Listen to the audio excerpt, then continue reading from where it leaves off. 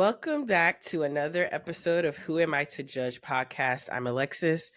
And I am Samantha. Welcome back. Welcome back, y'all. What's up, Samantha? What up? How are you? I was just asking you, how are you? I'm okay. Life is lifing. So yeah, I'm feeling that life today. What happened today? But nothing crazy, just normal stuff. I'm getting ready. I don't want to speak on it, but not speak. I don't want to speak negatively about it, but just for a big sprint at work, my coworker's going out of town, so it's just me and someone that's just started new, and there's a lot happening at the studio, just a lot going on in the month of September. So I'm I'm going to have to just be going a lot more, which is more money, but also just more traveling out there every day. And so, yeah, I'm just gotta do this, gotta make the money, gotta keep up with everything. And yeah, so I feel like that is just what's been on my mind today. Or not even the whole day, but just towards the end of the day. But yeah. No, I get you. I am. She yawning on the podcast, y'all. Exhausted. I had a very long day today, and then we're also next week I'll be out of town to Houston all week, and then I go to Chicago for the end of the week. So we're just preparing for that too for my work. We're trying to, we're trying to. It's just so many logistics, making sure everything's straight with the Boys and Girls Club. The consent forms are signed for the educators, for the kids, for the caregivers, making sure that the contractors that are going to help us do the research are did their trainings in order to go and their background checks and know what they're doing in the different research and the interviews and the tests they have. So we all come to the schools on Tuesday and Monday and Wednesday. There won't be any questions or someone can't come in. Making sure all the tablets get to their things, making sure the curriculum gets there, making sure the trainer shows up tomorrow. So it's when I say logistics and calling and emails galore, it's insane. So doing that, and then this morning I was in Maryland because I had a wedding this week. And I had a wedding this week, and I saw my line sisters. That was fun. It wasn't all of us, unfortunately. It was supposed to be all of us, but one of my line sisters didn't come, so it was only 6 of us, the 6 out of the 7, but it was still good, regardless, to be with 6 of us, because some of them, I haven't seen Lindsay since probably graduation, when she graduated, and she was 2 years ahead of me, so probably my sophomore year of college, so wow. Yeah, that's crazy. So for some of these people, it's it was oh my god.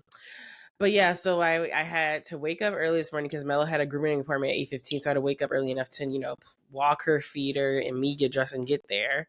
And then immediately when I got home, I had 2 meetings. And then immediately after that, I had to go to the dentist. I had a long ass day at the dentist because my insurance wasn't going through, so I was there for 2 hours. Then once I get home from the dentist, I had to do send all these fucking emails to all the different sites, all the things I just told you, to contractors, to educators, to their parents, to check on the Amazon, all these emails. And then finally I was I need to leave. So then, because I wanted to make it back in time here before 8. So then I drove from Maryland to New York. I got here at 7:30 because of traffic. And then so it's been a long ass day for me. But it is what it is, as I always say. It is what it is. But let's get to wait. There's something I wanted to tell you though. I feel oh my gosh! So today, because this will make you happy. So yesterday, my mom was begging me to to send in, how McNamara has the alumni books, and they they have alumni updates.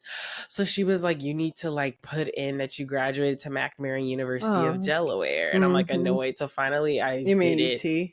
No, University of Delaware, because UT knows I graduated, but University of Delaware doesn't know I graduated with a PhD because I haven't been there in a while. So I was like, fine, I'll just do it. So I like put in like, I sent that I like, here's a graduation picture of me. I graduated with a PhD. Now I work as a researcher. I did it for Delaware and I did it for McNamara, which is our high school. So then today I'm like doing work. I like had those 2 meetings and I had like maybe a quick 5 minutes before the next meeting. And I get a phone call and it says McNamara. And I'm like, my God. I was like, well, maybe they're calling me because they have a question about the thing I sent in or the picture or something. So I pick it up and they're like, hello. It's like this guy. They're like, hello. I'm like, hello. And they're like, hi, Alexis, this is Mr. Holloman. And I'm like, oh my God. And he was like, I saw that you put like something in. And I was like, that's my former student. Let me just call in and check in on her and see how she's doing. So we talked for like 10 minutes about like, he asked me about my dissertation. He asked me about Austin. And he was like, yeah, I just saw your number and everything up there. And I was like, let me call and check in on her. Like, she's my former, like, this is my former student. And I like love that like she's doing all these great things. I want to talk to her. And he was like, gave me the homecoming date. He gave me like the 60th anniversary of McNamara Day. And he gave me his number. He was like, if you ever have any questions about anything, call me. And I'm just like, this is why McNamara is in a lane of its own. I know. Like, no other school would literally just be like, a teacher just be like, oh my God, like, let me just call in and check on my former student because I saw that she's doing great things. And I was like, literally, I be trying to tell people when I meet them, like, I went to a high school that the school culture was out of this world. Like it was like family. Like literally, it really is. My mom asked me on the other day when we were walking at Maryland, like, do you regret not going to Howard, like going to an HBCU? Because she was reading this article about like how, they really nurture the Black experience, whatever.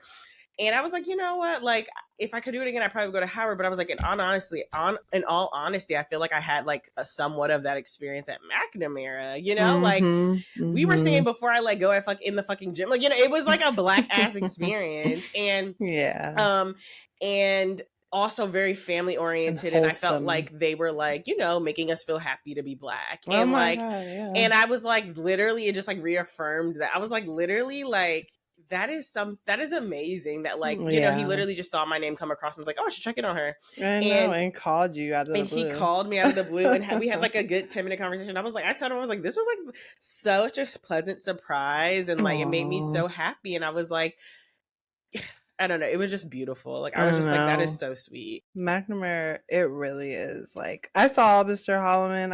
I think I told you. I think you did. That I saw him when I was doing the camp there. And just everybody has a smile on their face. You're not, like, nobody's going to just walk past you and not say hello or, like, welcome you. And, like, even the people that, like, were like working on the school, like painting the walls and stuff. Like everybody is just very nice. And it's like you don't feel like you're being treated, any type of way because you're Black. Like you are really celebrated and loved. And it's like y'all got to get with the program if you come to McNamara, Right. And they just did it the right way. Excuse me, I just burped. Because like, I feel like sometimes people like oversimplify and where they're just like, well, it's a bunch of Black people, so it's like, I'm sure it's a good experience. And it's like, no, like I have, as a teacher, seen Black schools, like, or talked to friends who worked at other, like, quote unquote, Black schools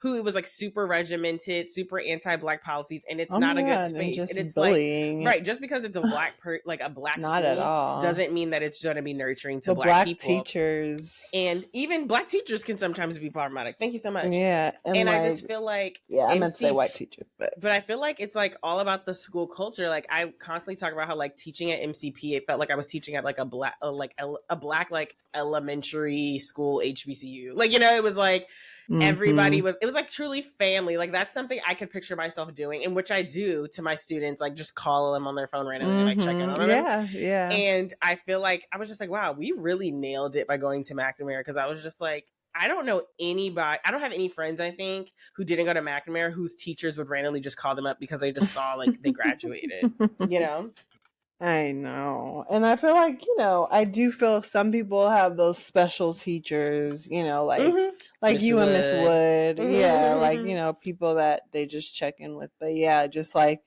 a overall sense of like, I mean, it's like I haven't talked to Mr. Hallman since I graduated from McNamara in yeah. 2010. And there's so many people that just, they know you, they know your family, like they just like, yeah, like once you're in the gang, you're in the Mustang gang for real. And it's just so, yeah, I really want to go to the 60th anniversary. I was like, I honestly might, but it was like so close to, I was like, I might actually be home though, like randomly, because like I think it's the 14th. Yeah, it's the 14th. And I'm gonna be home on the 12th for Candace's, my cousin's baby shower. So I was like, I really could just stay 2 days. Yes. But I told him, I was like, I'll come to one of those. He was like, okay. Yeah. And I'm off, I think, that day. So. But yes, hail to the R McNamara. True. Maroon and gold. True. I meant that shit. Oh, I know. We were really meaning it. By senior year, it was like, we were in a cult by then. Right. We're like, people were like tearing up. We would have drank the juice, like literally. If they were like, everybody drink this in this room, we would have drank it by then. Like, McNamara really, I was like, one thing I was trying to tell It's funny because some people be trying to play McNamara, but it's like, anyone who went there and graduated there, I feel like has the same sentiment as like, that's fam. Like, literally, I was trying to tell Julia, I was like, literally, if I was walking down the street and I saw somebody in Brooklyn with a McNamara t-shirt on, it would be immediate, like, stop, go straight to them. My God, let me talk to them. Anything you need, let's exchange numbers. Like, you know what I'm saying? Like, it wouldn't Speaking of that, it wouldn't be a question. Very random, but it just goes to show. But like, this person called me last week and they were like, hey, like I'm a financial advisor at Northwestern, like I went to McNamara, like I'm an alumni. And I was like, oh, she knew to say that shit. Yes, right. So I was like, oh my goodness, like first of all, you're answering my prayers because like, you know, I'm working on my finances. But yeah, like I told her, I was like, yeah, I have a couple people that might want to talk to you. So can I give her your number? She actually was wondering your finances. Yeah, it's just good to like have a conversation. You don't have to pay her. She's kind of funny. It's like a realtor. This conversation with someone before. I know, but I really liked her, and I feel like it's different. I don't know if the person you talked to was a Black woman. No, you know who it was? Who? You're gonna laugh at this too. I wish I remembered her last name. So I got like a message on Instagram like a couple, maybe like when I was a teacher, and it was from, and I saw it was from Rachel, not really, but the other one. Oh my God, with the brown hair. Yes, Syed or something. Syed, and she was like, "Hey Alexis, like you know, like hey, I would love to catch up." I'm like, okay, it was random, but I'm like, bet, you know, I'm down to talk to anybody. She calls me and starts talking like, well, I'm a financial planner and I want to talk. So we had a whole conversation about it. Oh my God, no. It was a pleasant conversation, and it's not like you lead. It's like you don't bury the lead. It's like, would you like to talk about your right? Like, you know, what whatever. if I say no? And I'm just like, then no, she would take you off the list. Oh, okay. I mean, I feel like it was a good conversation because, you know, and I don't mean to say like Black women, but it's just like, what are you doing? Like, you know, like I'm telling her like, this is where I'm at. This is where I want to be. And she's like, you know, like you make your appointment with me when you want to check in, you know, like I can just be kind of a sounding board. Okay. And well, maybe I'll do it. Yeah. Like it's definitely worth a conversation. Give her my number. And if it worst comes to worst all, this is trigger warning, ghost. Hilarious. You're hilarious. You are hilarious. And I feel like it's so funny because we should tell the audience how. So Alexis, if she doesn't know your number, she won't text you until she'll act like she knows you until she figures out who you are. Girl, so I'm a psycho with that. You are a psycho with that. But that's why I feel like you won't. It'll be good. She was a cute, cool Black girl to know from McNamara. Like she told me about the 60th anniversary. 2013. So not too far after us. So she was a freshman when we were a senior. Yeah, I think it was 2013. Yeah, it was 2013. Yeah, like we were in the building together. Well, yeah, because we were 2010, so that means she was a freshman. We were about to graduate high school. Yeah, I mean college, but no, it wasn't. 2010. If we were 2014, we're class of 2010, and she's class of 2013. That means she was a freshman when we were a senior in high school. Like we were both at McNamara at the same time. Then, gotcha. Yeah, 3 years later, she graduates. We are still the next year we right, graduated exactly, from college. Exactly. Yeah, so she's not too young. She's like yeah. I was like, oh, 29. You're not like the 2020s because the kids she nowadays saw us being crazy nowadays. Right. I know you may even know her. I might know her. Yeah. I didn't know a lot of people. I feel like. Well, I did. I just, the younger generations. I didn't really know everybody. Generations. But yeah, the people that are graduating, like somebody said, yeah, I'm graduating like 2026. I'm just like, oh my God. Let me tell you this. 16 years. And this is the last I'll say about it. We can move on. Yeah. My cousin, Adam, he was dating a girl. I forget her name, but she went to McNamara. So I was like so excited to meet her at the Christmas because I'm like, that's fam. So I go upstairs. I'm like, like the first thing I say is like, oh my God, I heard you went to McNamara. Oh my God. And she's like, yeah. I was like, didn't you love it? And she goes, no. And like when I tell you, everyone in the room, like Ashley, Candace herself, Camille, Akila, like everyone looked at her like, jaw drop because it was like that was the first time they've ever heard someone like not like the school. Right. And when I tell you that was the moment where all of those people started to have like a distaste for her in their mouth because they were like something must be wrong with her if she didn't like that school. And that was like so funny. But anyway, maybe she just was having a bad Mustangs for life. Is she still dating her? No. What didn't she like about McNamara? I'm sorry. I don't know. And I remember asking her that and she said something that I was like, excuse me. I'm so sorry. I have the hiccups. But I was like, whatever. Like it just like I disassociated like the minute she said no. Okay. So what? Let's get to it. Who is on trial? Well, who is on trial this week?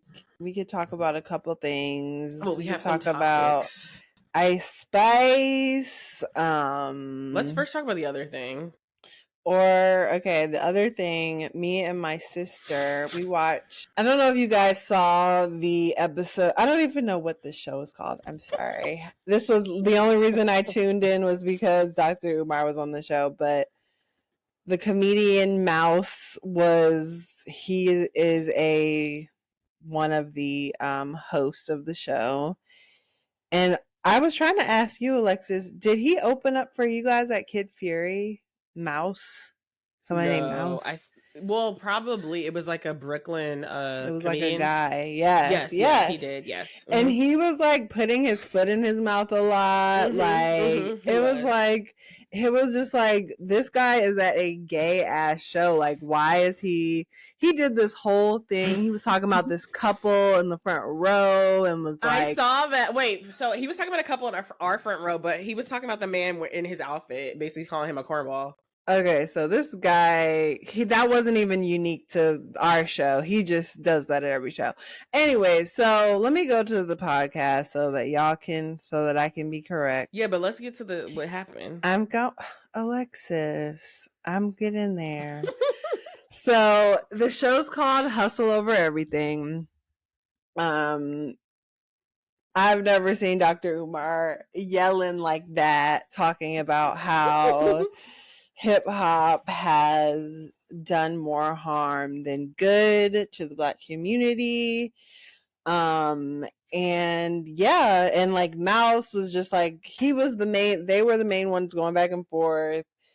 He was just saying stuff like you can't say that, and Dr. Umar's like, well, like what institutions, Dr. Umar's all about like things that everybody can benefit from, not just like individuals. It's just like, okay, did Jay-Z build a school, a grocery store, a library, any I mean, a library is more like government, but like, things like that, to where it's like, okay, multiple generations of Black people, like as a whole, are benefiting.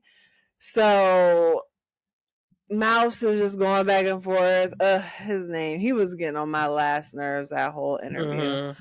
But just saying, like, well, no, like this person did that, and whatever, and just I don't know, like in the moment, it was like I was definitely very much agreeing with Dr. Umar just as a whole, as like for Black people in general. Like, has hip hop done more harm than good? Hip hop in 50 years has made sure that Black people now are respected, and no, that's never gonna happen. What has it done for the people? It gave you listen to hip hop music and you were inspired at some point, no? Nigga, I'm leaving. We're moving. We're literally we're moving goalposts. It ain't done shit in 50 years for the community. It made individuals rich, and that's it. It then gave jobs to. It gave jobs to. It gave a couple jobs. The drug dealer giving out a couple jobs too. But the drug dealer is. The drug dealer is. The drug dealer is essential to the Black community in the ghetto. You can't tell me that. Somebody grew up in the hood. Hip-hop ain't done shit concretely beneficial to the Black community. That's incorrect. Fashion. The first thing out of your mouth was fashion. I gave you fashion and you started yelling over me. What else? But then also, then there's technological advancement. Podcasting, for example. Look at all the Black people that now have access to jobs and ways to make money due to that. We're still talking about rap. We're still talking about cinema. We're still talking about these camera operators, these new people coming up with new. Real concrete for you. I just made it concrete. No, it wasn't. That was all bullshit. No, give me a relevant institution that hip hop built in any community, anywhere in America in 50 fucking years. I just told you. No, you didn't. I just told you concrete. People that would not have access. I didn't say individuals. I said an institution. I said people. Where's the bank of hip hop for the Black community? The definition of the word people means not an individual. So I'm telling you, people that now of 50 years ago would not have had access to work. You're dealing in individualism. I ask you, what did they do for the community? You can't give me nothing because they ain't done shit for the community. People from the community can now work in a music industry that there was never going to be a space for them. What the fuck? That's individualism. That ain't helping us. That's bullshit. No. Bull fucking shit. No. It's not helping us. No. What's happening is virtual signaling. That's bullshit. Happening. Virtual signaling ain't happening. Shit. A few people could get jobs. Everybody can say that shit. Elon Musk got a couple Black people on the payroll. That don't mean shit. Elon Musk didn't come from Black. He's not a Black person. My point is, you can get a job from anywhere, whether they Black or not. But now you're getting a job. Benefit. Now Black people. But you're still talking about individualism, bro. A few people. You've been around for 50 years, the most popular music genre in the world, billions and billions of dollars, and all you can tell me about is a few people can get jobs? That's bullshit when you look at the cost that the Black community has had to pay for hip-hop. A whole generation, 2-3 generations of Black kids growing up thinking the best thing you can do is be a damn gangster. I was saying that for what Dr. Umar is saying, I would have to agree. Like, I feel like killing and murdering of Black people is highly glamorized, and the sexualization of Black women. Like, I do feel like all of those things have not helped and have been more so harmful. But that is the question. Who is on trial? That's the question. Has hip hop done more harm than good to the Black community in the past 50 years? I would love to talk to someone about like what was the like original purpose of rap when they first got started. Like, was it just like a cool new art form that you could like string together, words and to a beat? Was it the lyricism of it? Was it like we could say deep shit and tell a story? Like, I would like to know. I do feel I'll just say, like, I do feel like it is a form of expression, obviously, and I feel like in its genesis it was like okay, we're talking about our experience right here and now, you know? Right. So if it was a way to like articulate our, each unique perspective and Black experience and things like that and positionality, I think it's definitely lost its way a little bit. And this is the thing, I don't want to be like a weirdo and super prudish where it's like you can't No, talk we about money, listen you to can't these talk about songs. private jets. Like, there's like a time and place to be funny and imagine a world where we can just flex our money and things like that. But I think you're right, there is a point where it becomes just like super violent, super disrespectful, Not and just uplifting. and not uplifting. I always like laugh at this, but you know that song that's like, "Hey ma, what's up? Let's ride, all right, okay." Well, So we can get it on the night, yeah. So like, there's a point where he's like, "Don't touch nothing. Suit in the car. Let's discuss something. We either love it or I see you tomorrow." And it's like, what the fuck? That's terrible. Oh my God, like, so much. it's like, don't touch nothing. Love them, leave them, fuck. Right? It's like, what? What does Jay-Z saying? I And gotta what? pull it up in big pigment.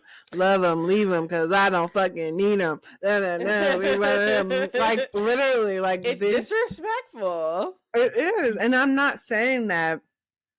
I love and dance to these songs. Right. We're not about I it. still sing these songs, and even the new songs. But it's like, it's when you think about us as a whole and where we are at as a Black people, and like you said, lost its way because, like you said in the beginning, it was like an expression. Now I feel like it is a just get money. I mean, make however you can make the money, like however and just you can like make the money. a lifestyle that you are promoting, glorifying. That's actually a good point, because I remember like someone talking about how like Diddy, yes, he's a rapper, but he represents, like, he's more so like a brand, like a lifestyle ambassador, where it's like he is like especially at his prime, like, like it was this different lifestyle. It was all white parties. It was the private jets. Yeah. It was the they were supposed to be the Black excellence. Exactly. And I feel like it's interesting because I do think it's lost this way. I don't think that, like, because I was thinking while you were talking, like, well, what if someone's like, well, that is my unique Black experience. Like, I'm getting girls. I'm getting, my life is fast paced. I'm living in a different, but it's like, but at the same time, it's like, maybe you are disrespecting girls in your normal day life, but is that really what you want to portray as a person? Like, I don't know. It's just like, I mean, yeah, I just can't with the killing and the I can't with the killing or the women shit. Like, it's like, don't disrespect women. Like, no. And I do feel like, and I just want better for us. Like, I feel like we've said this before, but it's like, there has to be more. Your pen has to be stronger. Like, there has to be more creativity. I know. That, like, you can talk about more than just like, I'm gonna, like, if you check me, I'm gonna check you back. And I honestly think, okay. I feel like, sadly, the lines blur of like fantasy and real life with music a lot. Like, yeah, that's true. I'm listening to, that just makes me think of, I've been listening to Lotto's new album, and I heard it's trash. Is it good? I like it. Okay. I actually like it. I like some songs. I haven't gotten through the whole thing, but she just like, there's like a song that I actually like, and I think it's called like Blicky. Hold on, let me see. I want to see what the name of it is. Blicksome. That's what it's called. And so it's like, she's just talking about, my nigga, my man got his gun. Like, that's basically what the song is about. But she's not saying that. It's like, a fun way to say that, basically. And it's like, I like this song, but it's just like, why is that a flex? It says, I don't trust no man without no blicky. Because when shit gets sticky, where the fuck that blicky at? Why you ain't got no blicky, boy? But I'm just like, why is that a flex? And I'm just like, as much as like, I don't know, it was interesting. Like, as much that as gangster shit, it turned me on. That 22 ain't gonna like, do no. I don't know. I just find it to be like a little irresponsible, because I'm just like, especially like the summer we're having, where I feel like people are constantly dying. I know. And this past spring, I feel like we knew personally multiple people that got like stray bullets and shit. And it's just like, again, like me and you talked about, killing another Black person should be seen as like not a flex. It should be seen as complete like excommunication. You lost your Black card. Shame, shame, shame. And so it's just like weird to be flexing like, well, if you ain't got your gun, it's a problem. It's like, and why is that the first level of escalation? It's like when we have a disagreement, you have to you pull out your fucking gun. Like, what happened to just talking? And it's just like, go ahead. I mean, I definitely agree. I am not pro gun at all. Like, Neither. You know, I do feel like if guns just went away completely, we would have a more peaceful existence. But obviously, I don't know when that will happen and when it could ever happen. Like, I feel like guns now just will exist since they came into existence. And I also just feel like, but I just want to finish that thought. Mm-hmm. Like, I feel like because there are guns, it's like, okay, I guess I could see where she's like, okay, like I feel safe. I feel like that's kind of what she's kind of getting at. Mm-hmm. But so in terms of like it being irresponsible, I don't know if I just feel like it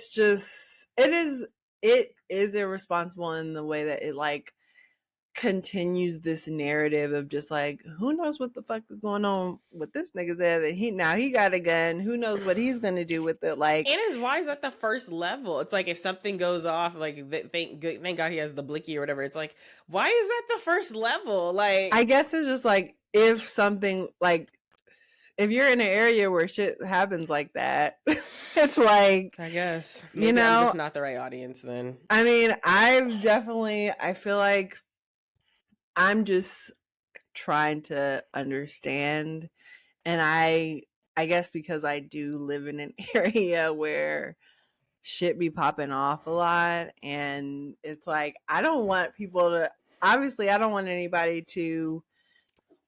I just feel like if other people are possibly meeting you with that, then maybe that's what she's saying, you know? Maybe that's what she's saying. It's like a false narrative because it's like it's just more guns, more bullets. It's just more violence. Exactly. It doesn't make it safer. But I just feel like if somebody's coming for me, I'd rather, like, I feel like there's a moment where it's just like, okay, somebody's coming in your house now. Like, damn, and they have a gun now. I wish I had it. You know what I'm saying?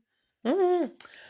I know what you're saying. I don't know. And I don't have a gun. I don't have a gun either. Because I'm scared to have one. But I do feel like I'm scared to have one, and I feel like as someone who, well, two things. I don't know. Like, I don't think guns are anything to fucking play with. Like, you know, my brother, like, died off of playing with guns with his friend. Like, it's not shit to play with or shit to, like, flex about. Like, you know, it's not a funny thing, you know? Like, people really die. Machine. It's a killing machine. People really die off guns, for like, purposely and, like, you know, unintentionally. And it's not something to be, like, flexing about. Right. It's real people dying. Secondly, like, oh my God, what was the second thing I wanted to say? I was talking about if people were coming in the house. Right. Yes, if people were coming in the house. I forget. It's fine. It wasn't been that important. I don't know. I find it weird when people flex about guns like that. Oh, I just feel like if it's just really a killing machine. Mm-hmm. And I feel like if you've ever like actually been impacted by someone getting shot by a gun, it wouldn't be something that you would just like think it's trendy enough to talk about on a song. Mm-hmm. Like, you know, and I feel like Lotto's an interesting case. It's kind of like a different thing, but Lotto's an interesting case. And I feel like a lot of people unpack like things about her because it's like, she's from like an actual suburb, like a nice suburb of Atlanta. She's not actually from Atlanta. So a lot of times when she claims Atlanta, people will like retweet it and be like, you're from this suburb. Secondly, she's from like a middle class to upper middle class family, went to private schools all her life. Oh my goodness, I didn't know this. Yes, like this is something people constantly talk about with Lotto. It's like she's from a middle class, like upper middle class family. She went to private schools all her life. She just like enjoyed rap music. And so she was on that Netflix show as a teen, you know, that they had like a couple seasons of like trying to find the next like best like young generation hip hop artist. She was on that, and you could see her talking, wearing preppy girl shit, like talking in her normal accent. Not the one she's using now. Oh my god, with, I did not know that. Yeah, with her dad like helping her write the lyrics. Like, you know, she was like 15, and it's like, so it's like people have really been like very critical of Lotto because they feel like she's adapted this new persona, which is like pretty much like Nunu from ATL. Yeah, like, you know, and she's literally playing that role. And she's kind of playing that role, right? And it's like you're trying to be that like in a video recently. hood, and you're trying to like you're talking like really differently. That's why she did that in the video. And she's flexing about things that like you have no experience talking about, right? Like literally. And it's just like, and so that's what I feel like that whole thing with getting back to your point about your original question. I feel like sometimes people abuse hip hop and start making it this like competition of who can be the most hardest, who can be the most violent, who can be the most like the wealthiest, street cred, you know, who has the most street cred. And with that, it gets into toxic ass shit. And that's where we get somebody, and I'm not saying Lotto represents this, but I feel like you see that kind of this influence of it where it's like, for some reason, she doesn't feel like she can claim the suburbs. For some reason, she feels like she can't talk the normal way she was talking when she was 15. For some reason, it feels like she has to talk about it's like a costume. Right. For some reason, she feels like she has to talk about these topics that she actually has she grew up in like in a really nice house in like a she went to McNamara. You know what I'm saying? It's like she's like us. Like she grew up in middle class to upper middle class and like went to private schools all her life. And so it's just like, I do feel like there's a point where it does do damage because it's like, for some reason, we don't want to shine a light on like that stuff. We want to shine a light on this other stuff. Exactly. And that's the problem, I feel like. Yeah, I definitely, that is why I like originally feel like at this point its growth was stunted, I feel. And we don't own it a lot. Like he was also saying like the money is just like, what do we own, you know, as Black people that create $1 billion industry. And yeah, it's just like we need, he was talking about how, you know, sorry, I'm like laughing because I'm thinking about Dr. Umar saying it, but how like, you know, a lot of Asian people, like they come here, they have their grocery stores, they have communities, like it's just like we don't have that. And like we've had a lot more time, you know, it's just like, and obviously there's a lot of things happening, but it's just like I don't want to actively work against it is just it. And then Mouse, it was just like, oh my god, you are a part of the problem. Like you do not understand, like you talking about this person. It's like, no, we're talking about Black people as a whole. I agree. And I just feel like I wish that like, I don't think there's a problem with, I think there's people who do like hip hop justice. And then I think there's people who abuse it. And those people, unfortunately, I feel like sometimes can be in the majority at different seasons. And I feel like for me, the toxic part is that like, yes, there's this need to glorify this certain aesthetic of Blackness that like, I would say it's the majority for sure. I feel I feel like right now we're in a season of it's the majority. Like I hate to say it because I love like JT. Like I love JT, but I feel like the city girls have like. Like, I just feel like, you know, like sometimes I listen to their lyrics and I'm just like, okay, we're still talking about like basically like having a man pay for your bills. Like, it's just like, it's just like we have to be stronger as a pen. It's like, it's just like, and I get it. I like it. It makes me feel good. Like it gives me something to just like feel confident and whatever. But it is just like, you know, I don't know. Are just not up to par. Like I think about somebody like a Lauryn Hill. Like, I mean, Lauryn Hill is a poet. But you know what I'm saying? Like the art of lyrics and the art of like being like a lyricist. I mean, they be making little innuendos and shit, but they're not like, you know, talking about ride them like a pony. Like, and that's not Alexis. Like, Lauryn Hill is a poet. I feel like so many other people out there, women like rapper that are rapping like Lauryn Hill. Maybe like Queen Latifah. I feel like a lot of these not underground girlies, but a lot of people that are not like on the radio yet. Yeah, I mean, I've heard some. Like Tierra Whack. I've heard some of the girl, like, but I'm talking about the majority of just like, I don't know. I just feel like I don't every day see a Lauryn Hill, I agree. I mean, Doechii just came out. Yeah, Doechii, I think, is like a great Her example album of someone just literally came out today. I need to listen to that because I actually respect and her. it's And like I also old think, school rap. What's her name? What's her name? She's light skinned. She's a great performer, and she's like a true rapper, like lyricist too.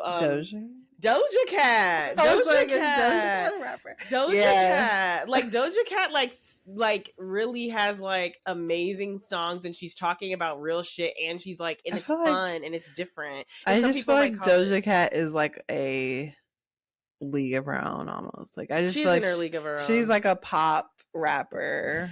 I want to know what they consider, like, it's interesting because I feel like that's a whole nother conversation of like what is considered rap, because it's like some people would consider like Lizzo has been in situations where she's been like, some people consider me like a pop singer, and then in some songs that I have where I'm just talking, like, you could consider me a rapper. I mean, like that's a great SZA question. Be rapping in some of her shit, like SOS. The rapping singer ass bitch, Beyonce. Right, Beyonce. She's been rapping since she was a child. Exactly. People. Like it's like, what is actually child. categorized as rap? Because I feel like we could call a lot of shit rap these days, like, to be honest, unless it's like it can't be. And I just feel like it's like so limiting to think of rap as like it can't be over a pop beat. Like if I'm rapping, if I'm saying words and not singing, it's rap. I don't care what beat it's over. If it's over EDM, if it's over. It's just it's just, I feel like now we have different like trap. Like we have like different names, like genres. Like genres within its own. Like what is the British one? This is bad. It's like the British rappers. Like, you're asking me who is a British rapper? No, it's like a trap. It's like, oh yeah, like grime, drill, like there's all these different just genres. So I don't know. We need to make one. One thing I thought about it though is that like it's an interesting question because I feel like there's also other styles of music that also like glorify bad things that no one ever questions. Like for example, country music is the most like misogynistic alcoholism like praising music I've ever heard in my fucking life, and no one ever thinks to themselves or questions like, should this be on the radio? Is this appropriate? Is it bad for the community? But I'm like, I can't think of a country music song, especially by a white guy, where they're not talking about drinking all day long. They're not talking about seeing a girl and wanting to immediately take her home.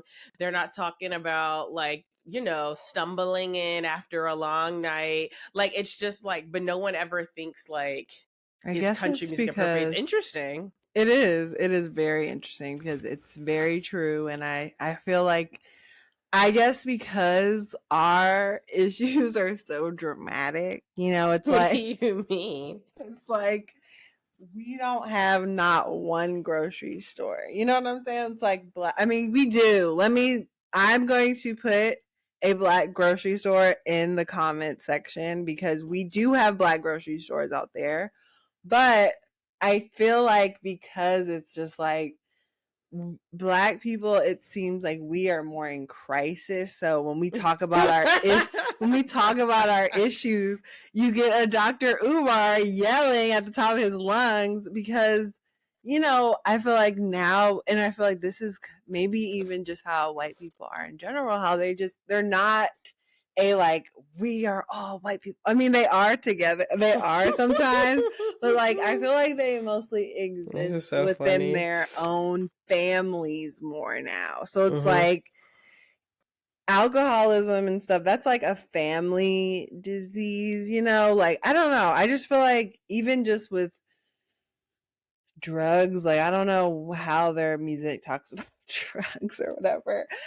But I don't know, child. I'm just rambling at this point. I'm just like getting into a whole brain spiral of just like why we are so passionate. I just feel like our issues are more, I don't know. No, I think that you said, and we're just passionate in a different way. I think it's what you said. It's all about like narratives and image, where it's like for some reason like the Black community is perceived as like more in crisis, even though it might not be true. but like we're perceived as more in crisis, so like anything we do is like looked at as more like more with a and I feel like it's for us to say, it's just like we do have, like, I would say the black on black crime and just like things like that, like, yes, I do feel like we are in crisis in some ways, like I definitely do. Like the gun violence and stuff like that shit should not be promoted. I really love, if you guys want a rapper that doesn't talk about guns but is like cool, this guy Lil Tyler. He's corny. No. I'm playing. I like Lil Tyler. He's so cute, and he's like from Miami, and he doesn't talk, like, he literally just put out an album, and one of his lyrics is like, that's corny, bro. No, it's not. Don't hate on Lil Tyler. I'm about to go find the lyrics now. I'm playing. No, but I think this is an interesting conversation. I would love to hear what Lil Tyler would come on. We gotta bring him on the show. We should put that as like a vote thing. Like when we post this on tomorrow, we should put a vote thing of like, do y'all like, what do y'all think, yes or no, and like see what people think. I think, it's hip hop is a great, amazing, the most like a very creative and inspiring and like world changing at times, like type of music. It's my favorite when thing. People rise to the occasion, it can literally change the world. It can like create bonds. We gotta own our shit, create though. peace. It can make community. Like think about They Not Like Us, like the amount of community that came off of that song. So it's just like I just feel like for me it's like the pen has to be stronger, be more creative, and we need to stop like glorifying when it's like this toxic ass shit. We have to put our foot down about just not with the gun violence, not with the disrespecting women. Like, just you gotta just say no. Like, because when you do have people that are affected, then it's like, and it's crazy because just you have about 15 seconds. Oh my God. Bye, y'all. I'm so annoyed, Alexis. Why? Because this girl be rushing me. I be flexible. I'm tired. I was flexible. I said, okay. When you sent that text, I said, okay, sounds good. It's 45 seconds. What does that mean? It is 45 minutes exactly, everybody. We love you. Please email us at whoamito judge. I was going to tell you this real quickly. All right. So next week I'll be in Houston. So like we should like, are we taking off a week and we'll come back the following week? You tell me. We'll discuss and let you guys know. I just feel like we should tell them. I don't think I'll be available because I'm going to be like, so maybe it'll come late or we'll be off a week. So I think we're gonna take a break for a week and we'll be back the following week because I'll be in Houston the whole week and I just don't want to be. Yeah. Who knows what these people are trying to do to me. Yes. Well, we will see you. And look at Samantha being flexible. And let me say this. I'm working on my flexibility. I know I'm not the most flexible person. As a teacher, I was, but when dealing with other adults, I'm like, be here. Alexis, but I feel like, I'm flexible I'm a work in progress. You. Exactly. That's all I ask is the same because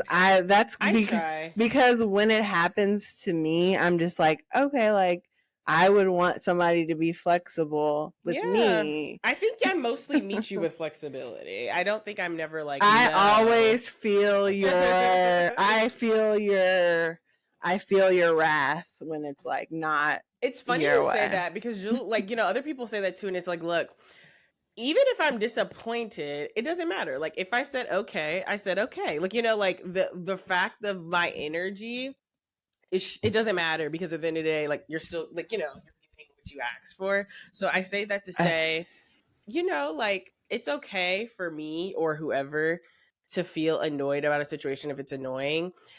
That's just a normal human, emotion. And like, it's okay. Like, it's just that I should be like permitting things, but it's okay if I'm still annoyed by it. Like, that's not a problem, Yeah, it's not. I guess it's just, it's hard to, I don't know. It's probably it's definitely probably because I am. It's just like I probably hold in my like I'm just like okay I'm just gonna like get over it or like I'm not outwardly with my annoyance or like whatever because I probably don't feel like I should take up that space like I'm just like whatever. You're sounding just like Julia. Like she says the same thing. She's like, I just don't, like I think you're absolutely right. And I also feel like I don't take myself as, like I'm more flexible with my time because I'm not as like I deserve like you should be on top. Like, like I'm not like I'm just kind of like, but I feel like that's like an expectations of like what you expect how to be treated and all that stuff where it's just kind of like I'm more flexible. It's just like, okay, whatever. Like, and I want the same respect and it's just, and I agree. It's just like, you're allowed to be annoyed. It's just, I have to remind you that like, I guess I just don't express when I'm being flexible.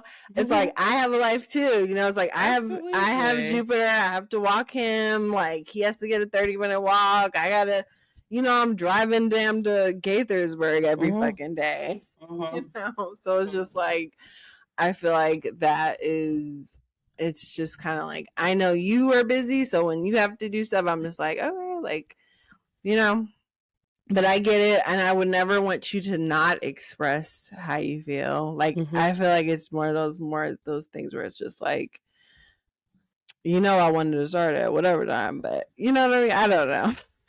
No, I think I just don't want you to be mad at me. I'm not mad. I was annoyed that we started later, but I like I said in the text, I was like, I'm over it. I moved on. I'm now thinking about topics. I feel like yeah, it was just, it's so insignificant. So I kind of just got over it in like 15 seconds. Yeah, that's definitely the difference between securely attached people and people with, adult children of alcoholics and shit. But anyways, the only way we could have an episode is if I guess we can go offline about this, but like we can record another one on Friday and launch it. Yeah. I'm down to do that. Okay, so we're actually back on for next week. So we're gonna record on this Friday. We'll just record earlier, but we'll post it still on next Wednesday. Does that make sense? Yes. Okay, we're back. All right, y'all. We will see you next Wednesday. Email us at whoamitojudgepod@gmail.com. Rate, review. We love y'all. And I love you, Samantha. And I love you more. I was looking at so many pictures. I have so many throwbacks. You should put one on there. I'm going to. You're about to die laughing. So, anyways, I love you guys, and I love you too. Oh my God, Alexis. I just saw the video. What video? From your 3rd grade birthday. I know, but I saw so many more. I was like, I have some like good Halloween ones and stuff. Send me those. I'll add you in the album. All right, bye-bye. Because I got some stuff for y'all. All right, bye. Bye. Thank you so much for listening. Remember to email us your discussion topics at whoamitojudgepod@gmail.com. Also, remember to subscribe to Who Am I to Judge podcast on Spotify and everywhere you get your podcasts. If you love us, please rate us and review. And if you don't, leave us alone. Tell a friend to tell a friend. See y'all next week. Bye, friends.